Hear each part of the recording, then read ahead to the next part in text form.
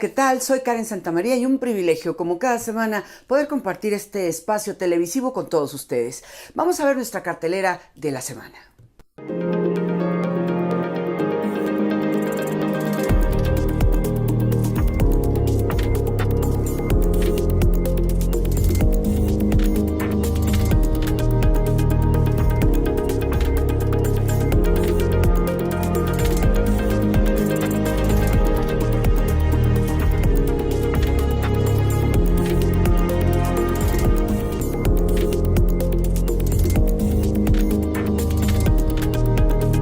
Nuestro primer reportaje periodístico versa sobre el tipo de médicos y el tipo de medicinas que se ejercen en el mundo.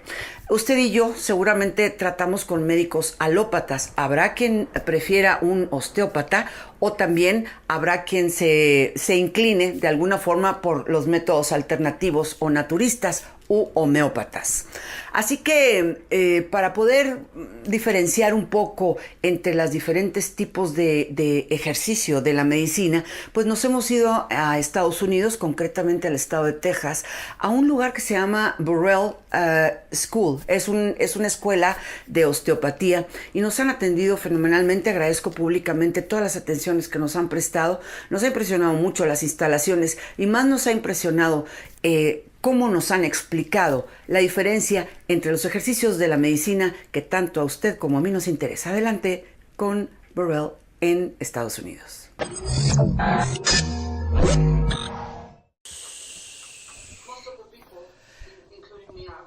Muchas personas, incluyéndome, estábamos confundidos con la terminología de medicina tradicional y la medicina que ustedes practican. ¿Cuál es la diferencia?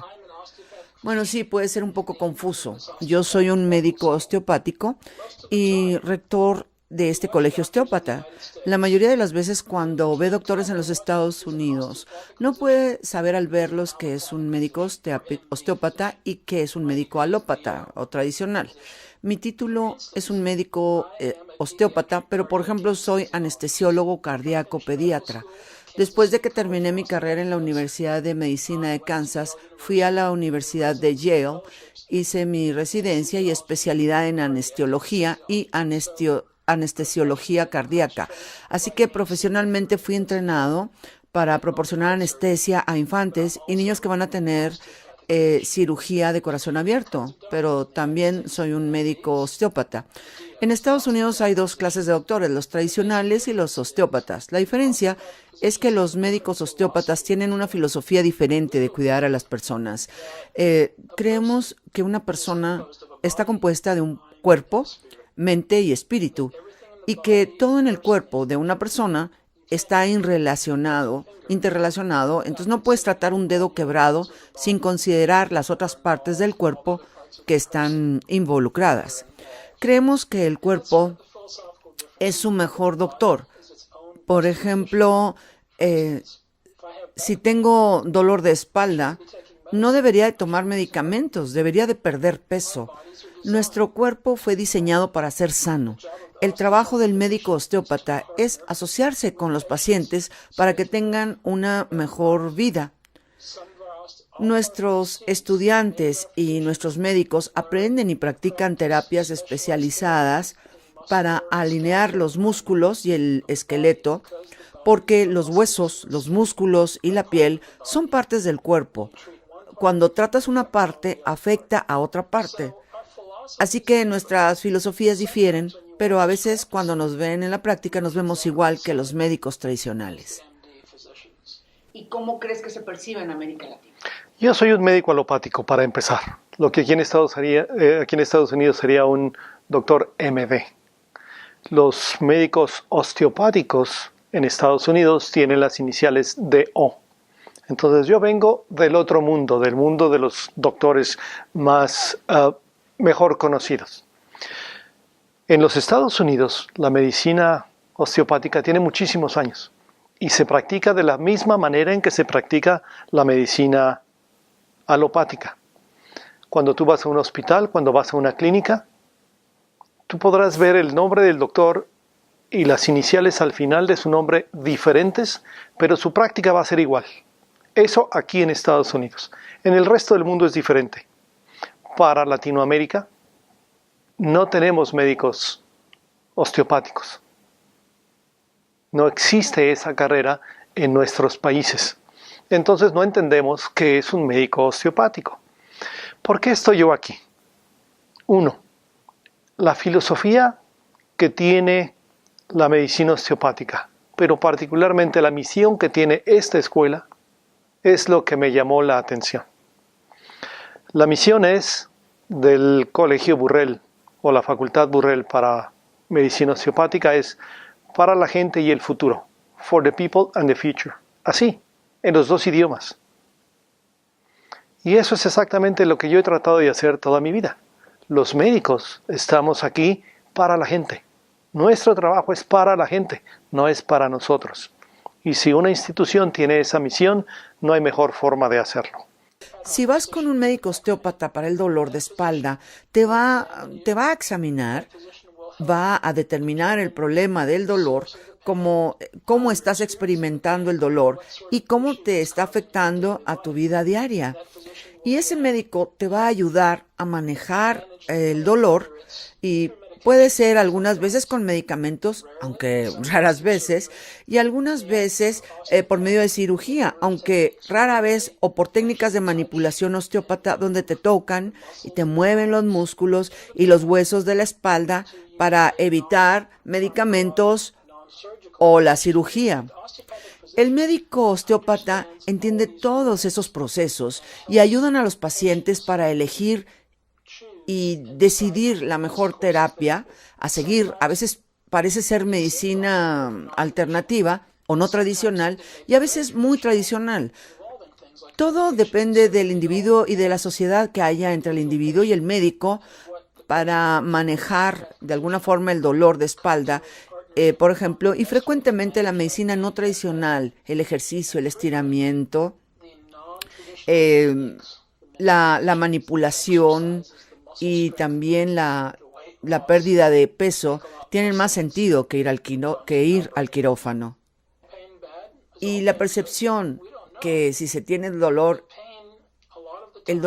es malo y afecta la vida de alguien. Y lo que buscamos es no tratar el dolor, sino ayudar a la gente a tener una mejor vida. Significa hacer ejercicio y trabajar mejor con el dolor o recurrir a una cirugía porque hay algo que el cirujano tiene que corregir. No lo sabemos. Eso es decisión del paciente, pero lo podemos ofrecer opciones de cuidado médico y terapia.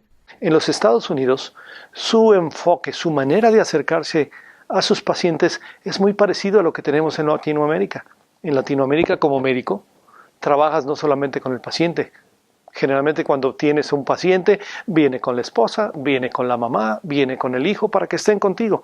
Eso es parte de lo que hacen los médicos osteopáticos aquí en los Estados Unidos.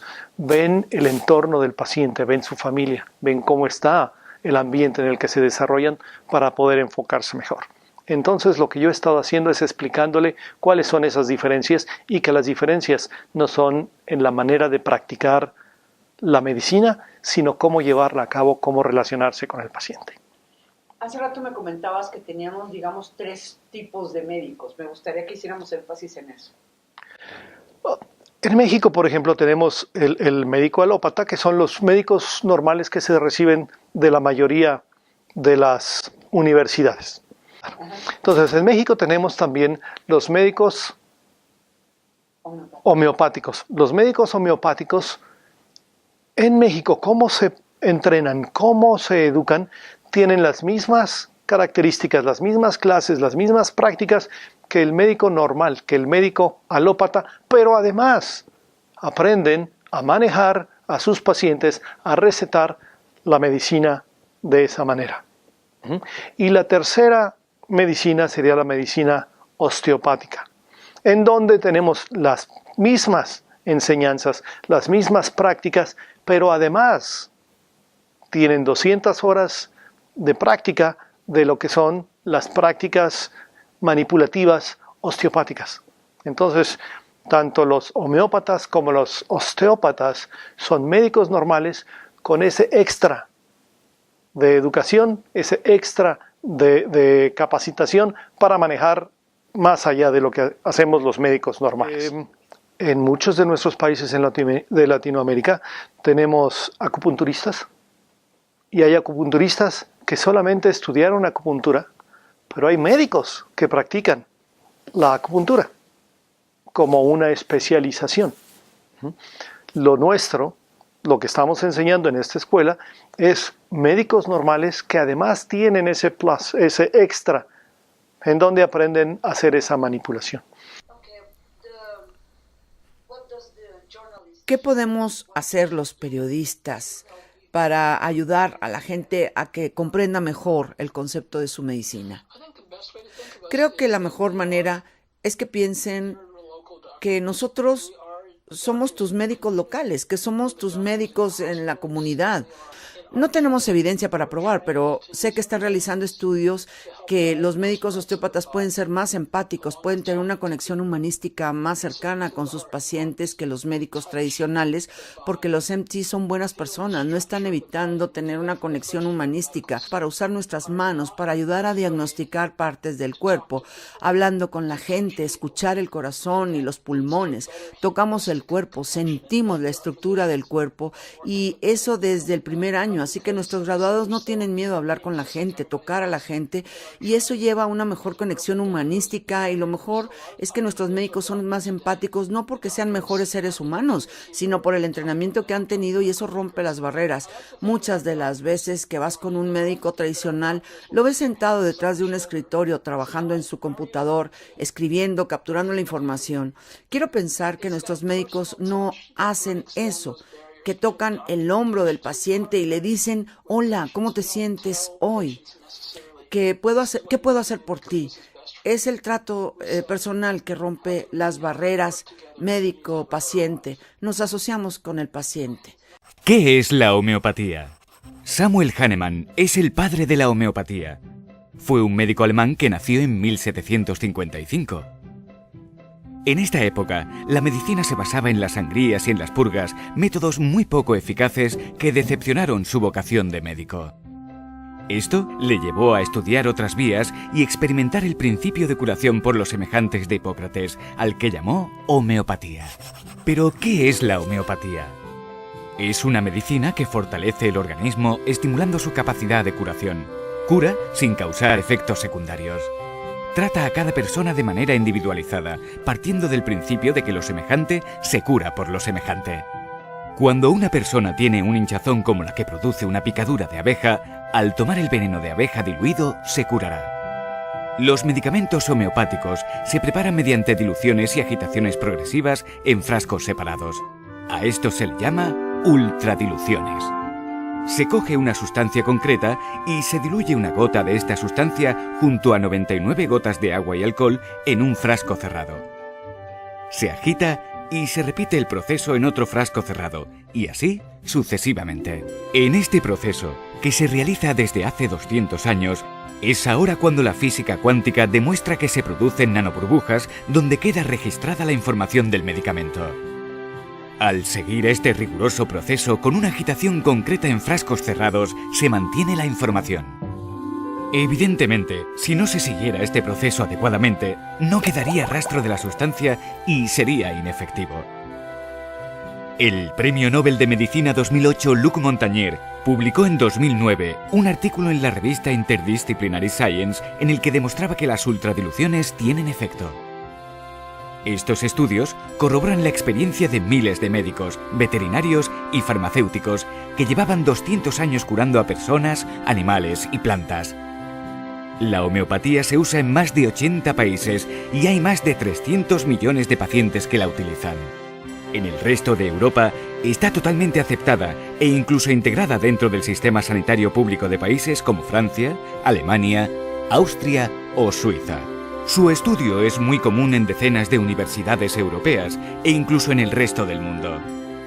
Es una medicina en constante avance y muy compleja.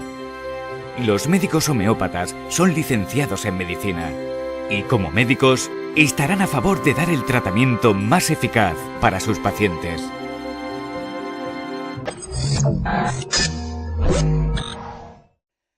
Bien, pasamos ahora a analizar algo que por supuesto No se aborda mucho en los medios masivos de comunicación, pero a nosotros nos interesa cantidad. Se trata de los edificios enfermos. Sí, así como escucha usted, edificios enfermos. Su casa, su apartamento o su vivienda puede estar enferma. Y dice usted, pues, ¿cómo se enferma un edificio? Aquí nos lo van a explicar con esta sección de nanotecnología y cómo es que un edificio se enferma.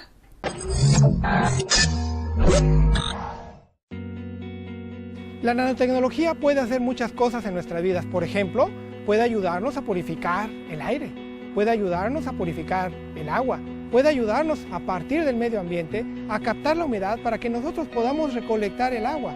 Entonces imagínate todo lo que la nanotecnología puede hacer en ese sentido. Pero lo más importante, que va a tener un impacto en distintas áreas, principalmente salud. Bueno, nosotros vemos la nanotecnología ya prácticamente como nuestro día a día. Es básicamente la manipulación de la materia y normalmente convivimos mucho tiempo con la nanotecnología. Hoy por hoy ya la podemos tener desde, no sé, los vidrios del coche, la ropa, manteles.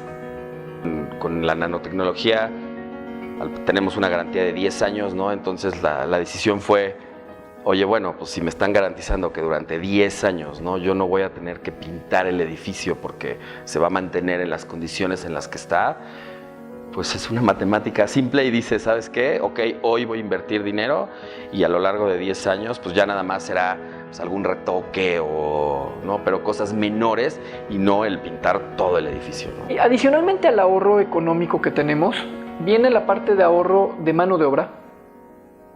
Hoy por hoy las empresas de limpieza tienen un problema de que el personal, hay una rotación tan importante que ya genera un costo importante para las empresas de limpieza como para el cliente que las contrata. Adicionalmente, creo que la parte más importante de nosotros es la parte verde. ¿Cuándo se da uno cuenta de que tu casa o tu edificio está enfermo? Cuando empieza a llover en la parte de adentro, cuando empiezas a ver que tu pintura, tu papel tapiz se empieza a botar, que la madera que tienes en el piso se empieza a hinchar. Imagínate, por ejemplo, en Cancún, un edificio, un hotel, donde la mayoría de las oficinas están en la parte subterránea de los edificios. Y esto ocasiona que la humedad esté ahí concentrada y luego le ponen alfombras y aires acondicionados sin iluminación, uno de los elementos que te permiten tener la posibilidad de mínimo purificar un poquito el ambiente. Yo en algún momento, mientras estudiaba, trabajé en hotelería y una de las cosas que recuerdo muy bien fue la reacción que tuvimos todos los que estábamos en la oficina cuando limpiaron los aires acondicionados y trataron de quitar toda la humedad. Todos tuvimos una especie de reacción alérgica a la cantidad de cloro que habían utilizado para solucionar la generación de hongos, ¿no? Entonces tenemos un problema de edificio enfermo que además disminuye la capacidad analítica también de las personas, te adormece. Si no, ve a un hotel y seguramente vas a encontrar gente que entra con todo el punch y de repente empieza a bajar su rendimiento. Es por esto. Desde que se hizo esta pintura pasamos ya porque bueno, pues se terminó de pintar a mediados de la temporada de lluvia, ¿no? Del 2016 y pues al día de hoy no tenemos ningún problema, ni hongos, ni humedades, ni nada, ¿no? Podemos pensar que el problema es una fachada, como en este edificio había muchas áreas que pensábamos que iba a ser el problema y salieron muchas otras. Por ejemplo, filtraciones a través de las ventanas. ¿Qué tal? Filtraciones en los balcones. Hasta plantas encontramos adentro de los... Imagínate cómo está eso. Así es. Entonces, son de las cosas que vamos encontrando que se tienen que modificar para poder arreglarlo de raíz y garantizar nuestro trabajo.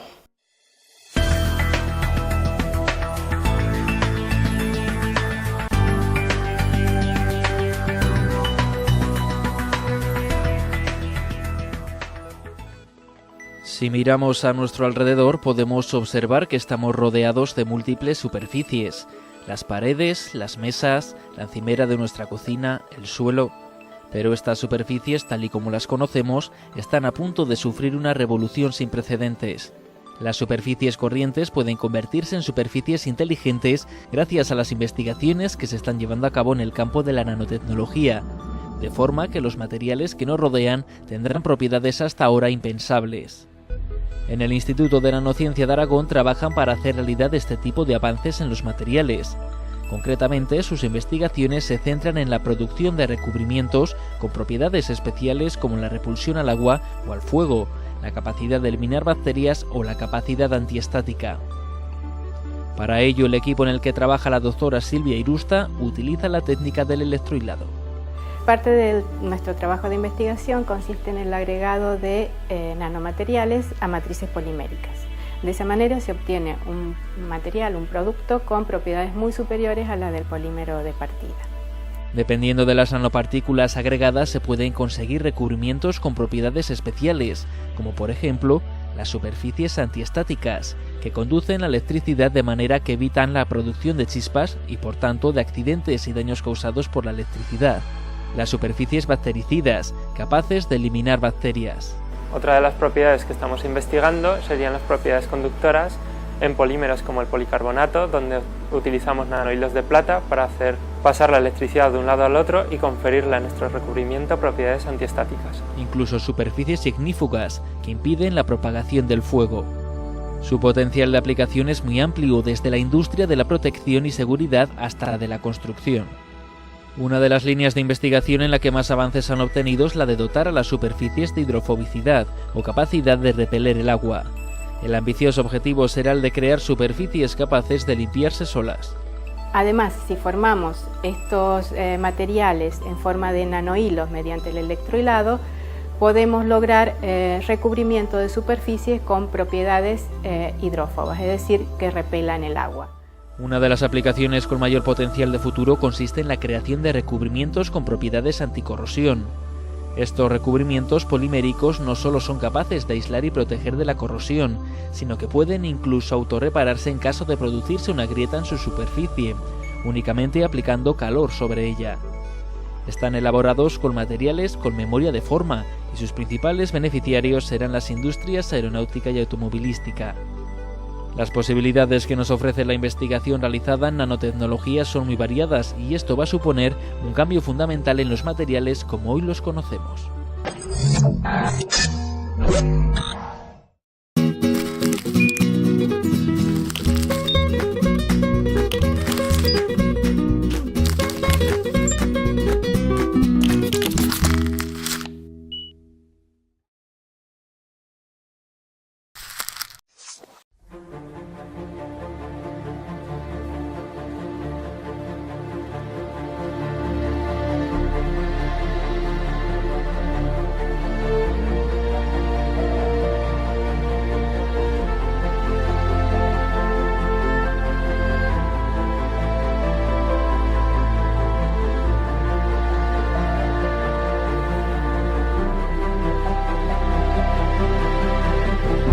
La diversidad biológica o biodiversidad es mucho más que un número de especies. Implica toda la trama de la vida y sus interrelaciones. Los seres vivos, desde los más pequeños a los más grandes y los más longevos, los efímeros, los carismáticos, los más extraños, quizá emblemáticos, todos formamos parte de la diversidad biológica. Incluso cada individuo, con sus características únicas, así como su herencia y legado genético, es parte de la gran diversidad natural universal. Los elementos vivos y su entorno conforman una fina y delicada maquinaria, los ecosistemas. El tiempo también juega un papel vital. La biodiversidad actual es el resultado de millones de años de evolución. Los seres vivos dependemos unos de otros. La vida en nuestro planeta depende del sistema formado por genes, especies y ecosistemas. En una sola palabra, de la biodiversidad.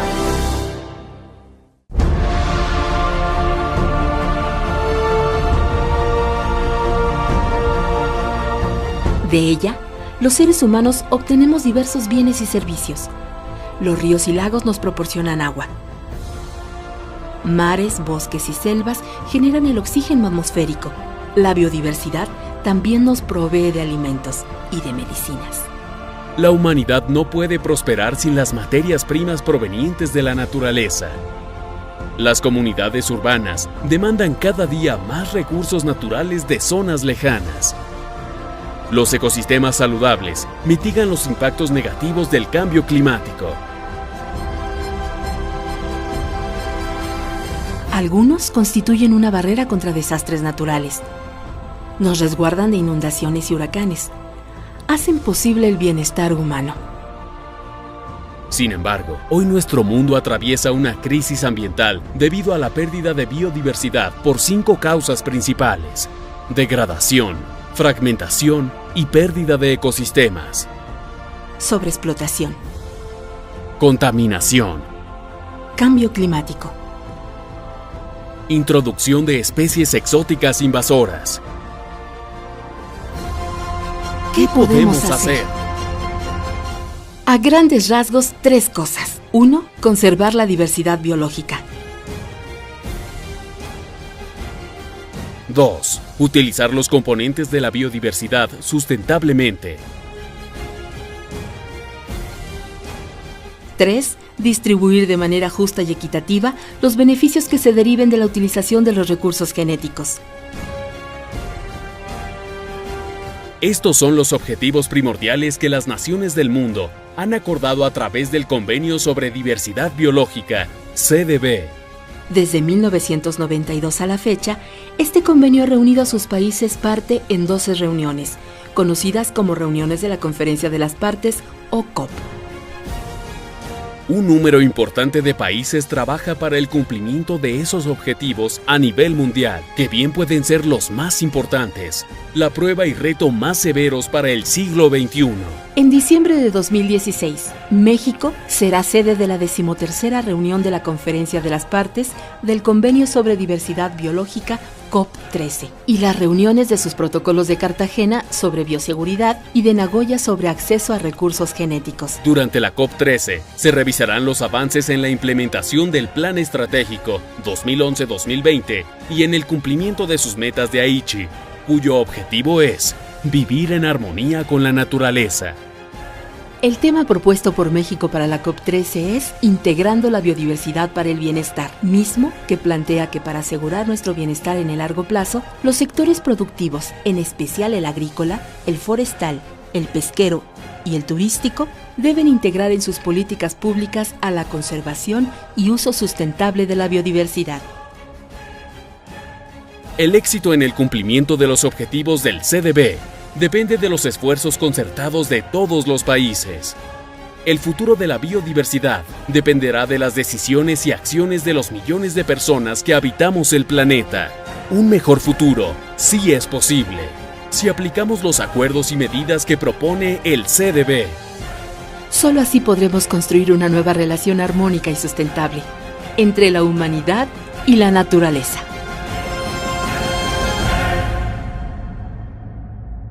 Muy bien, amigos, así hemos llegado al final de esta semana de la emisión de este programa. Espero que haya sido de su entera satisfacción y, como siempre, ya saben, nuestras redes sociales a la orden siempre para cualquier consulta o sugerencia de temas que quieran que abordemos. Karen Santamaría les saluda desde Cancún, México. Gracias.